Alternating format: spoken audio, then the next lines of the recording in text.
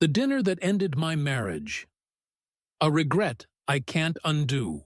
I'm Emily, 30, and my marriage to Mark, 32, fell apart because of one dinner. It's hard to admit, but I know it's true. I ruined it. Mark is different. He's quiet, introverted, doesn't mind staying home on weekends, while I was always out with friends, living up to the perfect couple image we were supposed to be. He's into photography, nature walks, and has a knack for fixing things around the house. He's not the guy who throws on a suit and talks about business deals. No, Mark is the kind of guy who spends hours building a tree house or perfecting his vegetable garden. At first, I loved it.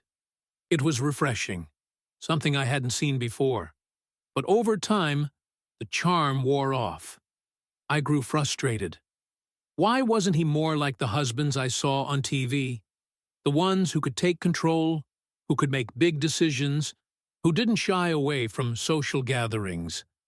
Instead, I was the one pushing us into things, organizing events, making decisions, and always handling the tough situations. I wanted more, and I thought, maybe if Mark could just be a little more masculine, things would feel right again. I talked about it with my friends. They didn't understand why I was so stuck with him. Why did I stay with a guy who didn't challenge me, who didn't match the image I thought I needed? They didn't get the appeal of a guy who cared more about creating a perfect backyard than impressing people at parties. But they didn't judge me at first. They just asked, why not get him to step up? And I thought, maybe they were right.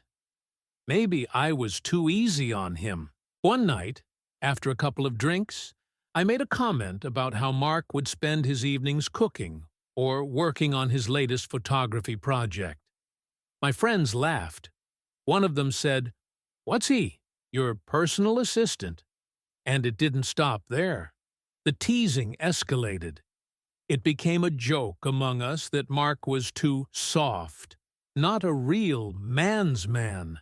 And I, of course, was the one who had to take charge in our marriage. But I didn't stop it. I laughed along, even though deep down I knew it was wrong. The real breaking point came at a dinner party I hosted. I invited my friends, thinking it would be a fun night. But I knew Mark. He always paid, and I was sure he'd cover the bill without a second thought. I wasn't planning on what happened next. As we all sat down to eat, the conversation shifted toward masculinity. My friends started poking fun at men, and before I knew it, they were turning on Mark. They mocked his quiet nature, his hobbies, the way he dressed, everything about him that made him, well, him. And I didn't stop it. I joined in. I said something about how Mark's idea of a fun Saturday was taking pictures of flowers, while I handled the real work. I made a joke about how he spent more time picking out organic foods than making decisions about our future. I was laughing, but deep down, I could feel the tension in the room. Then, Mark snapped. He didn't raise his voice, but his words hit harder than any of the jokes. He turned to my friends and laid it out. I don't need your validation, and I don't need to act like someone I'm not. But what's funny is, you all sit here mocking me, while you can't even get your lives together. One of you is cheating on her husband. Another's drowning in debt and acting like she's got it all figured out. The third? You can't keep a job because you're constantly chasing a career that doesn't exist. And Emily, he looked at me, you're the worst. You make jokes about me, but you're the one who relies on me to pay for everything. You want me to be someone I'm not, just so you can feel like you've got the perfect life. The room went silent. I was stunned, unable to move, as Mark stood up, paid for his share, and walked out. I stayed behind, frozen, while the weight of his words sank in. My friends didn't know what to say. It was uncomfortable, and I could feel their judgment. My friends, the people I thought were on my side, had nothing to offer. The worst part? None of us could pay for the bill. I had to call my mom for help. Even then, my friends scrambled to cover their shares. I tried reaching out to Mark, but he wouldn't answer. The next day, he told me he wanted a divorce. I begged him to reconsider, but he was done. "I can't be with someone who treats me like a joke," he said. "You've embarrassed me enough, and I'm done." I was left with nothing. My pride, my need to fit in with my friends, had destroyed everything.